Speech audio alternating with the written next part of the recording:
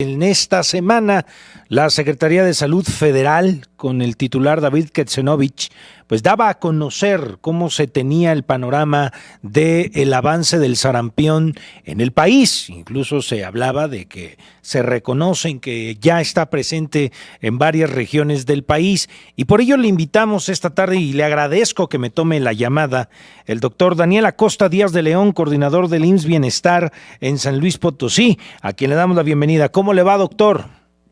Y bueno. ¿No se escucha por ahí, doctor? ¿Ahí ya me escuchas? Sí, ya lo escuchamos. Buenas tardes. Sí, buenas tardes. ¿Qué panorama tenemos hoy por hoy en esta tarde con el tema del avance del sarampión a lo largo del país? ¿Qué números tenemos en San Luis Potosí, doctor? Bueno, primero que nada, muchas gracias por la oportunidad.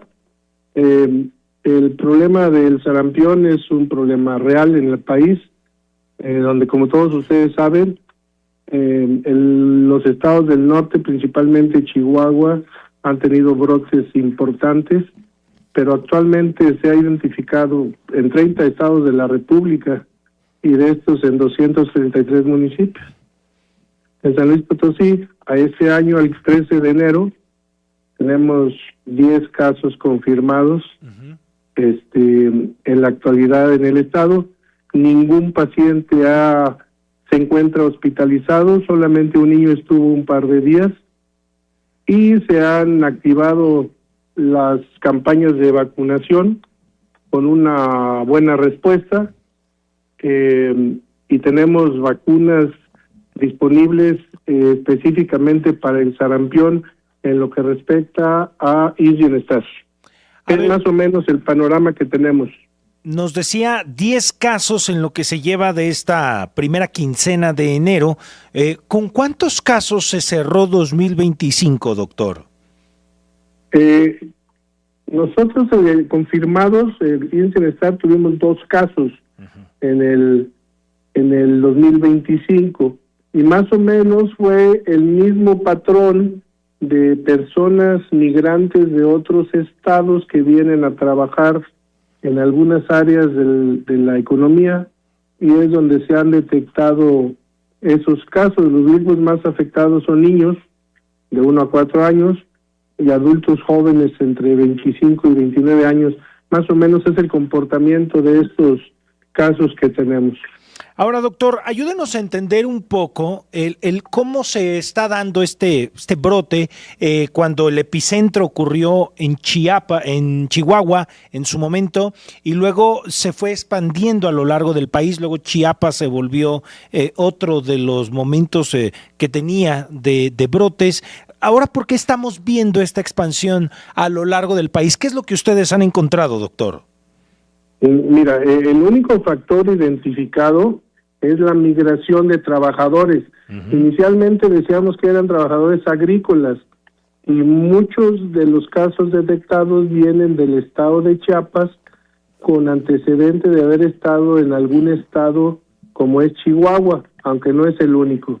Entonces, cuando migran a otros estados como San Luis Potosí, que tú sabes que hay algunos puntos de concentración de trabajadores, es donde se han identificado los casos que generalmente, yo no sé cómo explicártelo, pero se hace un barrido, se hace una identificación de todas las personas que han estado en contacto con el enfermo, y es como se detectan los siguientes casos, ¿sí? Es como se ha estado detectando hasta ahorita, al corte del 13 de enero. Quiero corregir nada más, son los 7 casos del enero al 26 y los casos del 2025. Ok, entonces es un acumulado de los 2 años. Es correcto. Ya. Oiga, doctor, ¿qué regiones que dentro de estos casos que han encontrado ustedes identificarían en donde más especial atención hay que prestarle de las zonas del estado, doctor? Mira, hemos identificado 3 puntos, 2 con casos confirmados. Uno es aquí en la capital del estado, donde viven personas migrantes en casas en situación de múltiples habitantes.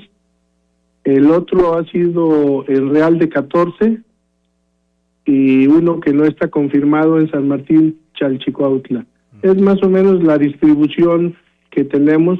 Los cercos sanitarios, los barridos de todas las gentes que han estado en contacto han sido efectivos en conjunto con las autoridades rectoras de salud. Ahora, ante este escenario, usted nos decía la vacunación. ¿El Estado con cuántas vacunas estará contando para poder realizar estas campañas de vacunación? No tengo ahorita la fecha el número total, pero en base a la población infantil que tenemos y a las personas no vacunadas históricamente, se tiene una cobertura suficiente de vacuna de sarampión, entre otras. Afortunadamente en este inicio del año, ninguna de las vacunas tenemos como faltantes, incluida la de la tuberculosis, que era un faltante histórico. Ahorita se cuentan arriba del 95% de los centros de salud. O sea, se cuenta con las vacunas para hacer el frente a este problema. Es correcto. Ahora, doctor, un asunto que ahí hemos hablado con los expertos en su momento y nos decían que si bien es una enfermedad que luego se pensara que se concentra en los menores, en los niños, también se ha dado en que esto afecta a personas también adultas. ¿Qué sector usted consideraría que es el que debe de acudir a vacunarse ante este momento que estamos viviendo con el sarampión, doctor? Bueno, de los grupos de edad que mencionaba yo anteriormente, era obviamente los escolares, niños desde 3 meses hasta 4 o 5 años, y el otro grupo de edad afectado son jóvenes de entre 25 y 29 años. Ese es el histórico nacional. Y aquí en San Luis únicamente tenemos un masculino de 53 años que su ocupación es transportación aérea, y es el único caso en personas mayores de 50 años que tenemos. Este sector es importante que nos menciona, entre los 20 y 25 y 29 años nos decía. Sí, 25 y 29. 25 y 29, son adultos jóvenes. Es correcto. A ver, doctor, ¿ahí qué pasa? Porque de hecho me preguntaban en anterior ocasión, estos jóvenes serían por ahí de los 90, principios de los 2000, y recuerdo que el sarampión se logró, usted me corregirá, se logró controlar por ahí del 97, 98, y ya luego pues ya no se volvieron a vacunar, obviamente. ¿Ahí qué pasaría, doctor? Quienes ya se vacunaron, ¿deberían de ir a vacunarse? ¿Cuál es aquí la indicación, doctor? Así es, en el 96 fue cuando se hizo el decreto por la Organización Panamericana de la Salud de que era México libre del sarampión. Sin embargo, hay varios factores que han influido en la reaparición de la enfermedad, y principalmente los niños después del primer año de vida deben de ser vacunados, y toda persona adulta que no recibió la vacuna debe de recibir la inmunización, es decir, la vacuna. Que serían ya después todos los del 2000, ¿verdad? Sí, y luego viene el otro factor que fue a raíz de la pandemia, que fue un descontrol total con los esquemas de vacunación, que eso en un grupo de edades hasta 7, 8 años, que es cuando empieza la pandemia, quedó un grupo de edad muy grande descuidado. Es decir, que entonces ahorita la prioridad es aquellos que no tuvieron esas vacunas ya después del 96. Sí, la gente que no está vacunada debe de recibir la vacuna, y principalmente los grupos de edad identificados. Ok, ya entonces quienes la recibieron antes de del 96, digamos que por ahora no. Así es correcto. Ya, porque esto sí es muy importante, porque el factor que estamos encontrando o el vector de transmisión, pues es que los jóvenes, los adultos jóvenes son quienes están moviendo pues el virus, si me deja decirlo así. Así es, eso es el principal grupo de movilidad, inclusive entre lo interestatal, y obviamente la movilidad internacional también tiene un factor importante. Doctor, ¿cuáles son los principales síntomas del sarampión? ¿Cómo se identifican? Sabemos, que a lo largo de los años se han podido identificar algunos, pero para la audiencia que tuviera estas preguntas, ¿cuáles son los principales síntomas del sarampión, doctor? Bueno, principalmente pues es una enfermedad exantemática, ¿sí? Hay una erupción cutánea que es muy específica, puede haber fiebre, puede haber ataque al estado general, hay 3 fases o 2 fases, es fiebre alta, tos, escurrimiento nasal y ojos rojos con datos de conjuntivitis. Y luego hay un punto característico que se llaman manchas de Koplik, que son manchas blancas dentro de la boca, y la tercera fase es la erupción, es decir, las manchas rojas que inician en la cara, generalmente detrás de las orejas, y se extienden al tronco, los brazos y las piernas. Es así en general la sintomatología que aparece entre 7 y 14 días después del contacto con el virus, Jonathan. Muy bien. Por último, doctor, ¿dónde pueden acudir las personas, ya una vez identificados estos rangos de edad, a dónde pueden acudir las personas para poder vacunarse? Mira, afortunadamente todos los centros de salud ahorita tienen vacuna disponible. Uh-huh. En el área urbana tenemos cuando menos 18 centros de salud disponibles y se han estado insistiendo en campañas para que la gente acuda a la vacunación.